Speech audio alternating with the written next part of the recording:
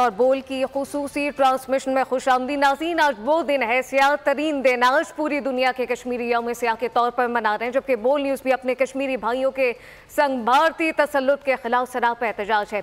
ये याद रखिएगा कि कश्मीर का जो नाम है वो सिर्फ और सिर्फ दूसरा नाम सबर है, लेकिन 27 अक्टूबर 1947 को भारत ने अपनी फौजें कश्मीर में उतार कर गैर कानूनी कब्जा कर लिया था। इस गैर कानूनी कब्जे के बाद से इंसानी हुकूक की खिलाफ वर्जियों का ऐसा दौर शुरू हुआ कि कश्मीरियों को इनके बुनियादी इंसानी हुकूक से ही महरूम कर दिया गया। बिल्कुल। और जम्मू कश्मीर की अवाम गुज़िश्ता 77 साल से भारतीय कब्जे के खिलाफ मज़ाहमत कर रही है और उन्हें बदतरीन किस्म की भारतीय रियासती दहशतगर्दी का भी सामना है। बोल न्यूज़ अपनी खुसूसी ट्रांसमिशन में आपको पाकिस्तान समेत दुनिया भर में यौम सियाह की तकरीबात और रैलियाँ दिखा रहा है और इसी सिलसिले में इस ट्रांसमिशन का भी आगाज़ करें। इस पर हमें जो प्लेटफॉर्म पर कश्मीर की आवाज़ को उजागर कर रहे हैं तमाम रहनुमा में ज्वाइन करेंगे। साथ ही साथ हमें मशाल मलिक जो कि स्पेशल एडवाइज़र टू PM है वो हमें ज्वाइन करेंगी और साथ ही साथ गजाला हबीब साहिबा जो कि चेयरपर्सन है फ्रेंड कश्मीर इंटरनेशनल की, साथ साथ हमें स्टूडियो में ज्वाइन कर चुके हैं हुर्रियत रहनुमा हैं अब्दुल हमीद लोन साहब। सर बहुत शुक्रिया आपके कीमती वक्त का। सर सबसे पहले जो जानना चाहेंगे, एक अरसे से हम कश्मीर की जद्दोजहद देखते हुए आ रहे हैं और कश्मीरी जो हैं वो भारत के जुल्म के ख़िलाफ़ निहत्ते खड़े हुए हैं, दुनिया के सामने जो मज़ालिम हो रहे हैं वो भी उजागर कर रहे हैं। सबसे पहले सर ये जानना चाहेंगे कि ऑब्वियसली 77 साल तो इस मामले को हो गए, लेकिन जो रिसेंटली डेवलपमेंट हुई वो आर्टिकल 370 हटा दिया गया, उसके बाद से सियासी जद्दोजहद में किस तरीके से तब्दीली आई है और किस तरीके से भारत वहाँ पर जुल्म ताहाल ढा रहा है? बिस्मिल्लाहिर्रहमानिर्रहीम। सबसे पहले शुक्रिया बोल का। बोल ने हमेशा कश्मीरी बहन भाइयों की आवाज़ को बुलंद किया, वहाँ पर भारतीय जुल्म को उजागर किया। और आज कराची की स्टूडियो से जब मैं बात करता हूँ तो बड़ी खुशी होती है कि आज के दिन जहाँ पाकिस्तान भर का मीडिया बोल समेत कश्मीरियों के लिए आज तहरीक आज़ादी कश्मीर का एक सियाह तरीन दिन है। 1947 में भारत ने जम्मू कश्मीर के अंदर श्रीनगर एयरपोर्ट पर अपनी फ़ौज उतारी और उसके बाद गैर कानूनी तसल्लुत कायम किया और 77 साल हो गई हैं। कश्मीरियों ने बेपनाह कुर्बानियाँ दी हैं और 6 लाख से ज़्यादा कश्मीरियों ने अपनी जानों का नजराना पेश किया। तो वही हिंदुस्तान ने हमारे साथ वादा खिलाफ़ी की। पंडित जवाहरलाल नेहरू श्रीनगर आए और हमारे साथ वादा किया कि आपको प्लेबिसाइट का हक दिया जाएगा, मगर वो वादा नहीं निभाया गया और उसके बाद अक़वाम मुत्तहिदा का भी किरदार बड़ा मायूस कुन रहा, जो हमारी करारदादों का ज़ामिन भी है, हमारे हक खुद इरादत का ज़ामिन भी है, वो भी इस मसले को सुलझाने में नाकाम रहा है। तो वहीं जब हम देखते हैं कि 77 साल हो गए हैं और 5 अगस्त 2019 को भारत ने हमारी डेमोग्राफी पे हमला किया, जम्मू कश्मीर की जो आईनी हैसियत है उसको ख़त्म किया, उसके बाद वहाँ पर यकसर हालात तब्दील हो गए हैं। हिंदुस्तान जम्मू कश्मीर एक जो मुस्लिम अक्सरियती इलाका उसके मुस्लिम तशक्कुस को ख़त्म करके वहाँ पर हिंदुत्वा नज़रिए को जो है ना वो फ़रोग देना चाहता है, जहाँ पर 50,000 मंदिर तामीर किए जा रहे हैं, जहाँ पर हमें सुबह सूर्य नमस्कार पढ़ाया जा रहा है, जहाँ पर गीता और भगवत हमें पढ़ाया जा रहा है, दीनियात और खुलफाए राशिदीन के हवाले से जो सिलेबस में हमें इससे पहले पढ़ाया जाता है उसको ख़त्म किया जा रहा है। इसी तरह से जो हमारे मजहबी हुकूक हैं वो भी सलब किए जा रहे हैं। मुसलमानों के नाम पे मुख्तलिफ प्लेसेस जो मकामात हैं उनको तब्दील करके RSS के और हिंदुत्वा लोगों के नाम रखे जा रहे हैं और वो जम्मू कश्मीर की जो मुस्लिम अक्सरियत इलाका है उसको मुकम्मल तौर पे हिंदू तवा बनाना चाहता है। तो वहीं आज हम दुनिया भर में जहाँ मुजाहरे कर रहे हैं, एहतजाज कर रहे हैं और उसके साथ साथ दुनिया को भी बावर करा रहे हैं भारत समेत कि हम अपनी आज़ादी पे कोई कंप्रोमाइज़ नहीं करेंगे। ये चूँकि हमारा एक फंडामेंटल राइट है, ये एक हमारा पैदाशी हक है। हालांकि कश्मीरियों ने पाकिस्तान बनने से पहले 19 जुलाई को अपने आप को मुस्तकबिल के पाकिस्तान के साथ वाबस्ता किया था और उस वक्त रियासतों को हक दिया गया था कि वो आज़ादाना तौर पर अपने मुस्तकबिल का फैसला करें, क्योंकि जम्मू कश्मीर एक मुस्लिम अक्सरियती इलाका था और उस वक्त फिर डोगरा साम्राज्य, हिंदुत्वा साम्राज्य और ब्रिटिश ने मिलकर साजिश की और जहां आज 6 लाख से ज़्यादा लोग इस आज़ादी की तहरीक में कुर्बान हुए हैं और हम अपनी आज़ादी से ज़्यादा पाकिस्तान की सालमियत की जंग लड़ रहे हैं। ये यहाँ के अवाम को, दुनिया को पता होना चाहिए, क्योंकि नज़रियाती तौर पर हम पाकिस्तानी है तो लिहाजा ये नज़रिया की जंग है जहाँ कायद आज़म की सोच सही साबित हो रही है और शेख अब्दुल्ला और जो दूसरे वहाँ लोग थे उनके पोते भी आज कह रहे हैं कि हमारे बुजुर्गों की सोच गलत थी, उमर अब्दुल्ला हो या महबूबा मुफ्ती, और जो लोग उस वक्त कह रहे थे कि हमने 2 नज़रिए को खलीज बंगाल में दफन किया वो भी कल इबरत का निशान बने। तो लिहाजा जम्मू कश्मीर की जो हकीकत है उसको समझना चाहिए और जम्मू कश्मीर के अवाम की उमूम को उनकी मंशा के मुताबिक इस मसले का हल निकालना चाहिए। ये हिंदुस्तान का इंटरनल मामला नहीं है, ये कोई बायलैटरल इशू भी नहीं है, इसके बुनियादी फरीक हैं हम कश्मीरी हैं। तो लिहाजा जब तक ना आप कश्मीरियों से पूछेंगे, जब तक ना आप उस बुनियादी फरीक से पूछेंगे, मैं नहीं समझता हूं कि कोई पुरअमन हल सामने आ सकता है। बिल्कुल, इस तरह कोई पुरअमन हल सामने नहीं आ सकता। और यकीनी तौर पे एक लम्हा फिक्री है लोन साहब। इस वक्त हमारे साथ मशाल मलिक भी साथ मौजूद है। मशाल, ये बताइएगा, भारतीय खासबाना कब्जे को हम जानते हैं 77 बरस मुकम्मल हो चुके हैं, 3 नस्लें आज़ादी का ख्वाब लेकर आंखों में सजा दुनिया से रुखसत हो गई हैं, लेकिन क्या कहेंगी भारत के साथ दहाइयों पर मुहित जाबिराना कब्जे से मुतालिक और आज़ादी की जो ये तहरीक जारी है? देखिए, बड़ी बदकिस्मती है कि अब 77 ईयर्स हो गए, हम तकरीबन कुछ सालों में 100 साल तक अल्लाह ना करे पहुँचे।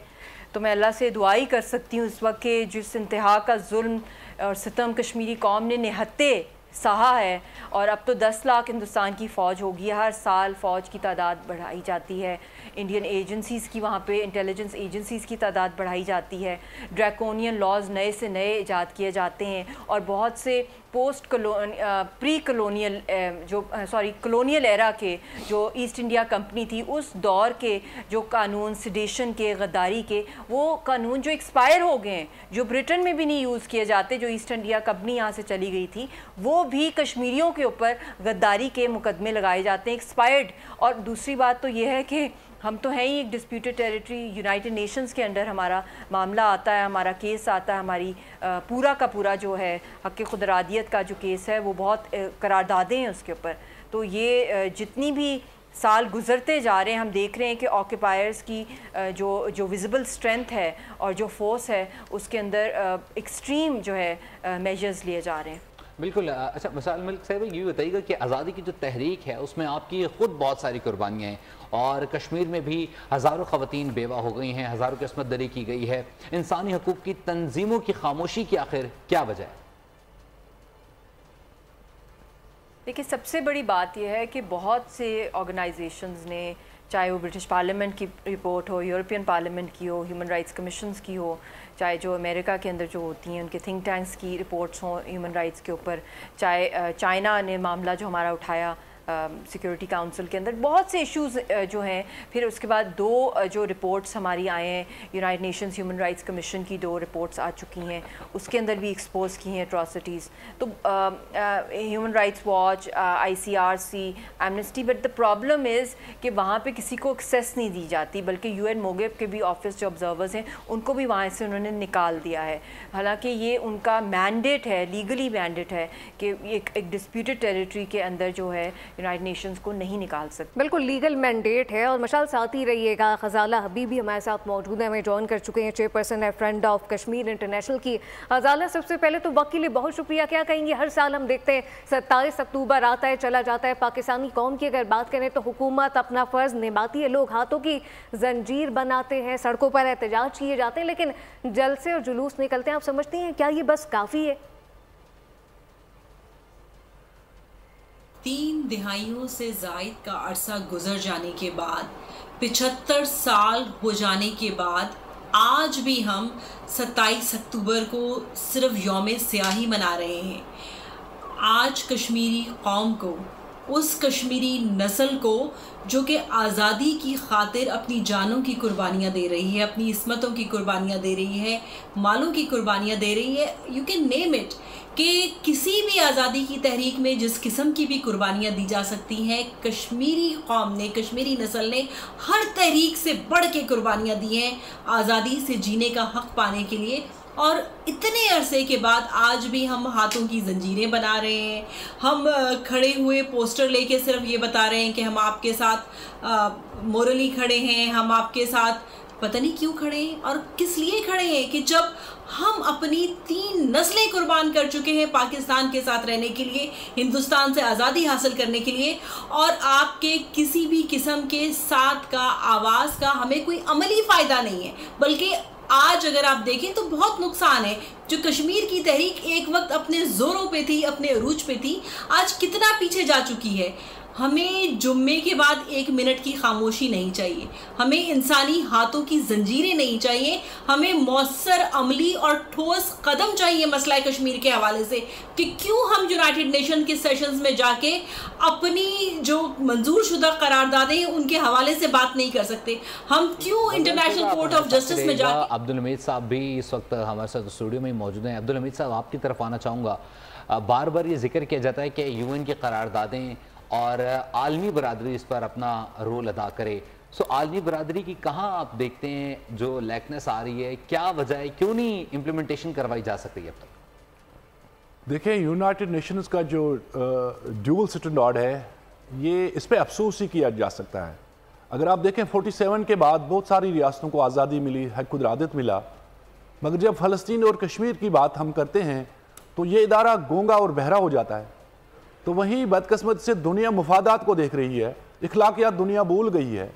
जनूबी एशिया में ये एक ऐसा कज़िया है जहाँ 3 एटमी ममालिक आमने सामने हैं, और खुदा न खास्ता अगर यहाँ एटमी जंग छिड़ गई तो पूरी दुनिया मुतासर हो सकती है।